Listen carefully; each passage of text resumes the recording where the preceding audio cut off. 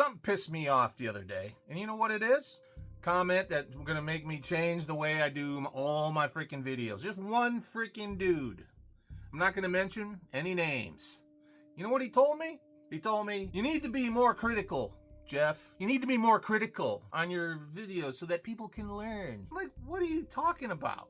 He's like, you need to be judgmental. More judge the carving. Well, then, it's not me, but, I mean, it is me, technically. I mean, I love to do that stuff, but I ain't gonna let you know what I think. You know, if you want to see something like that, just go to a competition. This is not a competition, but you know what? Who's saying I couldn't just, throw a number out there from 1 to 10? You know what I'm saying? Like 1 to 10.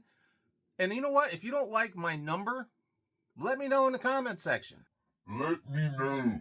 Matter of fact, don't just let me know that you don't like it. Put your number that you think it is from 1 to 10, right?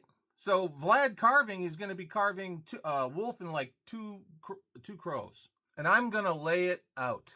Not in a destructive way, but in a way that, it's me being judgmental. Let's get right down to it.